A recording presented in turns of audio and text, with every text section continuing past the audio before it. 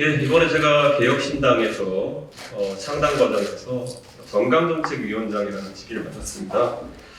아무래도 정치라고 하는 것은 시민들의 삶을 걱정하는 것이고 그것을 더 낫게 하기 위한 아이디어의 경쟁이라고 생각합니다.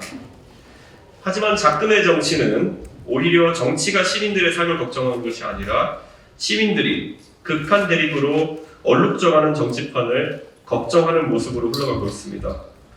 그간 정치권의 모습을 반성함과 함께 새롭게 그리는 신당의 미래에는 삶을 바꾸는 아주 구체적인 정책들이 함께 할 것임을 우선 약속드리겠습니다. 저는 제 탈당 선언문을 통해 앞으로 표가 깎이는 이야기라 하더라도 대한민국의 30년 미래를 위해서 올바른 설계를 하겠다고 이야기했습니다. 앞으로 개혁신당은 10대 기본 정책을 하나하나 발표하겠습니다. 그리고 중앙당 창당이 완료되는 시점에 그 모든 것을 포괄해내는 저희의 철학을 담은 정강을 발표하도록 하겠습니다. 오늘 발표할 첫 번째 기본 정책은 공영방송 사장 선임 구조 및 방송산업의 규제 완화에 대한 내용입니다. 이 이후에 또 포털과 언론 공정성 문제에 대해서 다음 기회에 따로 다루도록 하겠습니다. 첫째, 개혁신당은 21대 총선 이후 즉시 공영방송, 즉 KBS, MBC, EBS의 사장을 선임할 때 사장 임명 동의제를 시행하도록 방송법 개정을 추진하겠습니다.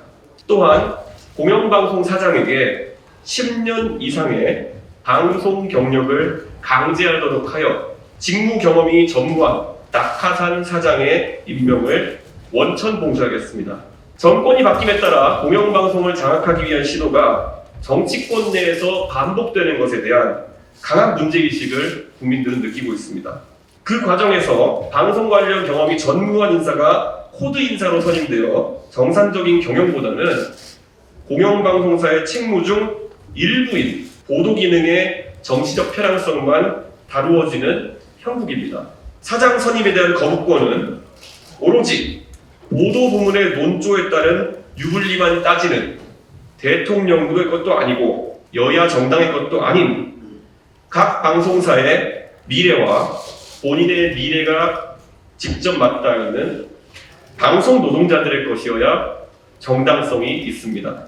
그리고 둘째, 개혁신당은 한국방송공사 KBS와 한국교육방송공사 EBS의 재원과 관련해 징수 비용이 과도해진 수신료를 폐지하고 수신료 총액에 상응하는 적극적 조세 지원과 재송신료 조정을 통해 대체해 나가겠습니다.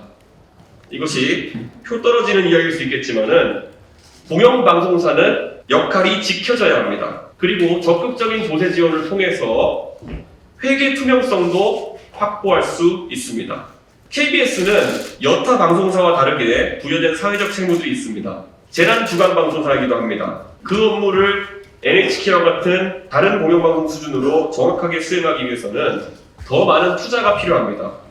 또한 지역국을 유지하며 수도권에 집중된 여타 언론의 편중성을 보완해야 할 책무도 있습니다.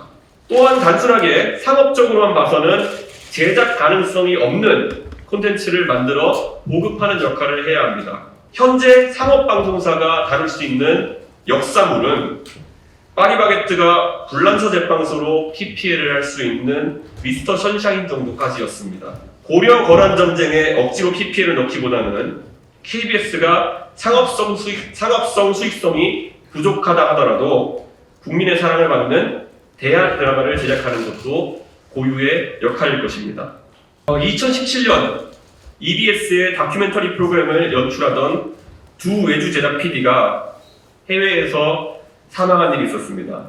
공영방송사가 충분한 제작비를 지급하지 못해 독립 PD들이 과로와 과도한 위협에 노출되는 저임금 하청 노동자로 전락해버린 현실을 드러내고 있습니다. 정치권이 보도 공정성을 빌미로 재원을 옥죄며 그 비용 절감의 부담을 전가해 방송 노동자들의 안전까지 위협하는 상황이 발생해서는 안 됩니다. 셋째, 상기한 개혁신당의 주장대로 국민의 혈세를 직접 지원받게 되면 KBS가 지난 몇 년간 보도 편향성 논란의 핵심이었던 외부 진행자들을 능력 있고 장래성 있는 내부 인력으로 전원 대체할 것을 요구하겠습니다. KBS가 여타 민영방송사와 시청률, 청취율 경쟁을 하는 과정 속에서 단기적인 성과를 위해 외부 진행자에 의존하면서 그 선임 과정과 처우에 대한 불필요한 논란이 보도 편향성 시비에 일조했다는 것을 개혁신당은 지적하고 싶습니다. 넷째, 개혁신당은 방송사업자에 부과된 불합리한 규제, 특히 OTT와 방송사의 다른 규제가 적용되는 광고, 그리고 편성, 심의에 대한 불일치를 해소하겠습니다. 똑같은 제작물을 만들어도 방송법의 규제를 받아 방송에 틀 수 없지만 정보통신망법의 규제를 받는 OTT에서는 틀 수 있는 프로그램들이 있습니다. OTT에 대한 접근성이 방송에 대한 접근성과 크게 달라지지 않는 지금 OTT에 대한 규제를 강화하는 방향보다는 레거시 방송에 대한 규제 기준을 전폭적으로 크게 완화하는 방향으로 가겠습니다. 그리고 방송사에 적용되는 각가지 광고 형태에 대한 규제 또한 걷어내겠습니다.